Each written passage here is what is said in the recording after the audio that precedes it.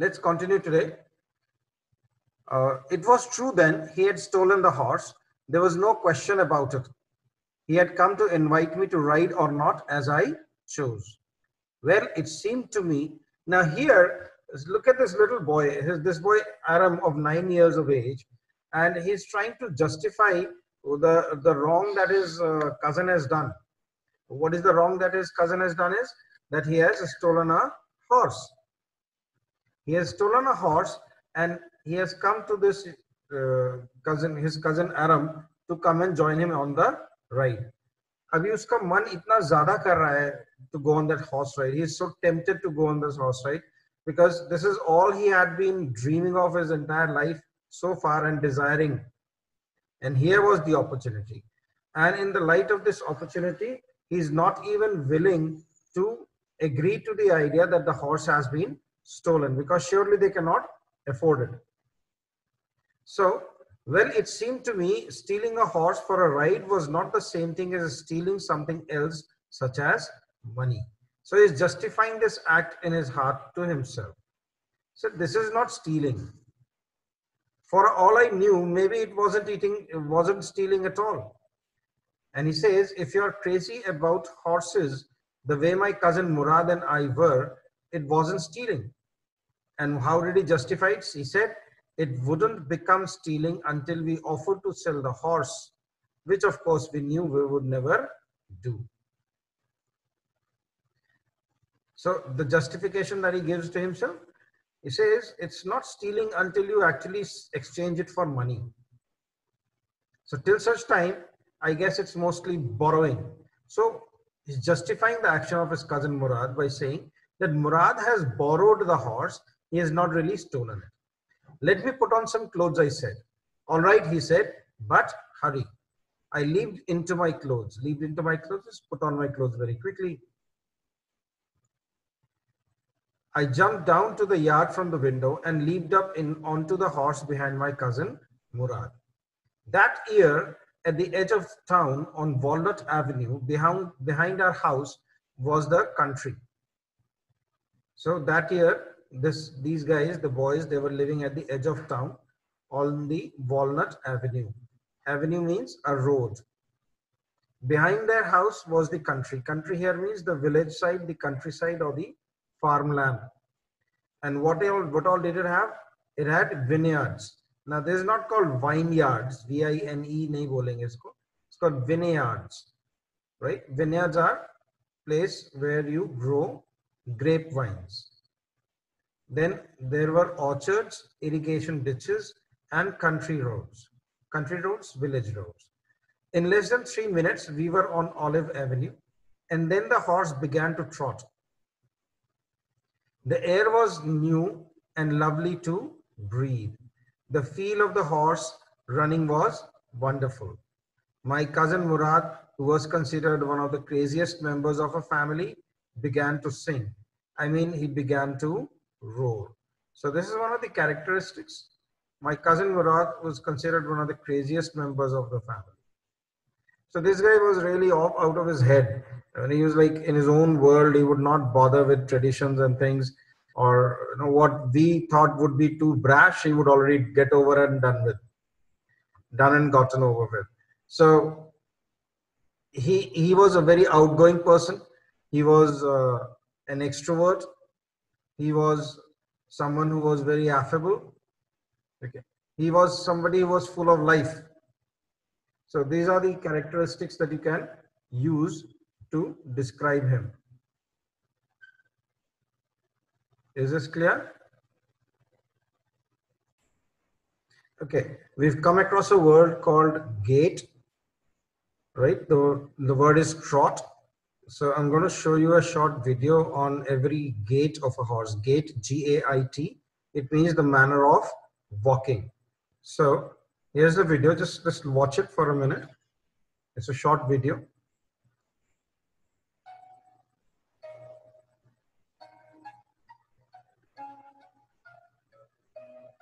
There's a normal walk.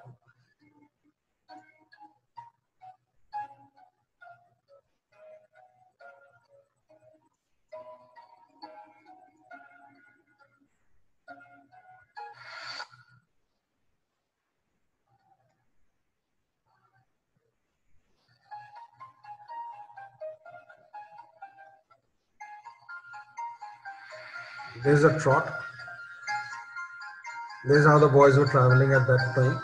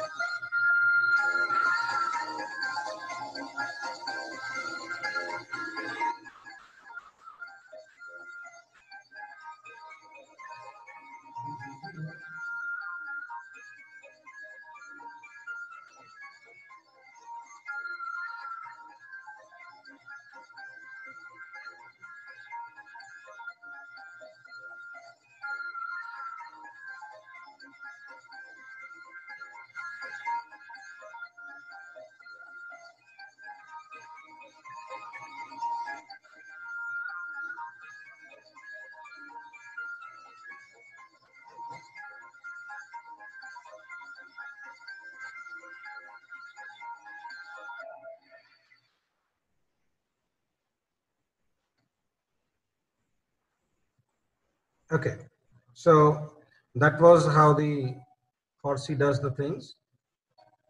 So give me a minute. All right. So now you know what is the manner in which the horse was walking. And so it was in a trot. The horse was trotting. Okay. The horse began to trot. This is what I was talking about. Trot, a manner of walking. Manner of walking, the single word is gait, G-A-I-T. This is again a homonym with G-A-T-E. Gate means a point of entry where certain checks are applicable. Right. So every member has a crazy streak in it somewhere. And my cousin Murad was considered the natural descendant,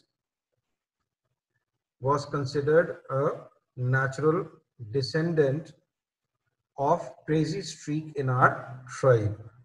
Crazy here does not really mean crack-headed or absolutely barmy or something, half-headed, but it means that people have their own manners of doing things which might be very different from others, right? So this is what it means. And let's read it then. Every family has a crazy streak in it somewhere. And my cousin Murad was considered the natural descendant of the crazy streak in our tribe. Before him was our uncle Khosrow. Now, there's another interesting character in the story, Uncle Khosrow, an enormous man with a powerful head of black hair, largest mustache in the San Joaquin Valley. A man so furious, means he was a very furious man with a very bad temper, extremely irritable, very impatient. He stopped anyone from talking by roaring. So if anybody would come to him and he would be irritated, he would simply say, "It's no harm, pay no attention to it." He would shout at the person so loud that the other chap would simply stop speaking. That was all, no matter what anybody happened to be talking about. So they're giving an incident about Uncle Khosrow. Once it was his own son Arak running 8 blocks to the barber shop where his father was having his mustache trimmed to tell him that their house was on fire. So one day what happened? Uncle Khosrow's son, he came running from a distance just to tell his father that their house was on fire. And this man, Uncle Khosrow, he sat up in the chair and he roared. What did he say? "It's no harm. Pay no attention to it." And the barber said, "Sir, but the boy says your house is on fire." So Uncle Khosrow roared again. "Enough. It is no harm, I say." I mean, if you cannot call this man crazy, I don't know what you'll call crazy, because For me, this is crazy enough. Your house is on fire. You're sitting at the barber shop and you're shouting on the boy who's brought you the information that the house is on fire. And when you're being reminded by the barber that it is your boy you're shouting at, he shouts at the barber, says, it's no harm. Well, my cousin Murad was considered the natural descendant of this man. So, if Uncle Khosrow was crazy, then so was this boy called Murad. He was equally crazy. Right? All right. Although Murad's father was Zorab, Murad was not Uncle Khosrow's son or something, but maybe a distant relative. He was part of the tribe.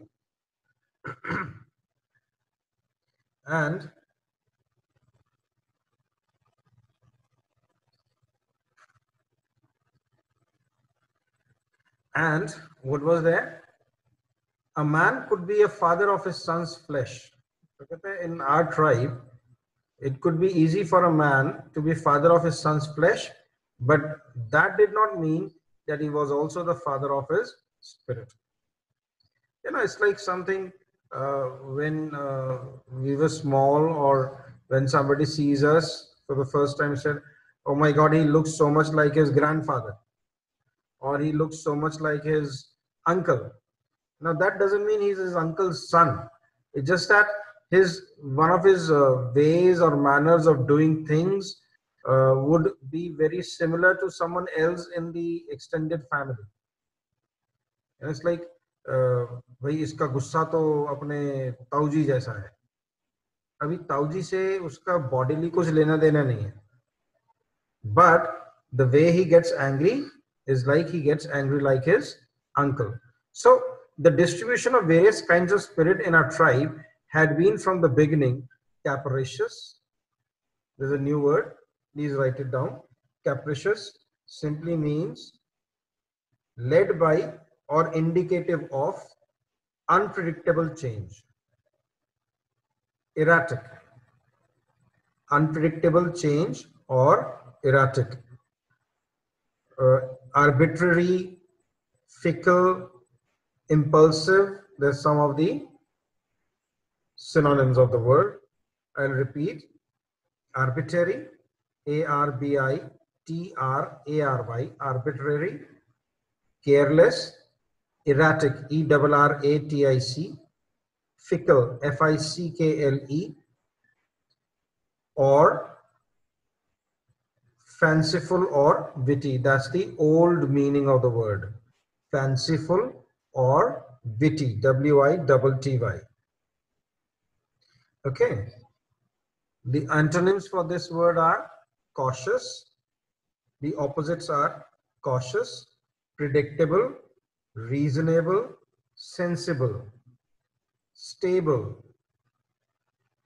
Right? Something which is unpredictable, something which is very finicky, flimsy, unstable is capricious. The opposite is cautious, constant, predictable, reliable.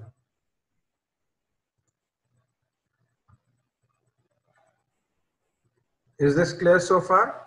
The next word you have is vagrant. Vagrant means V-A-G-R-A-N-T.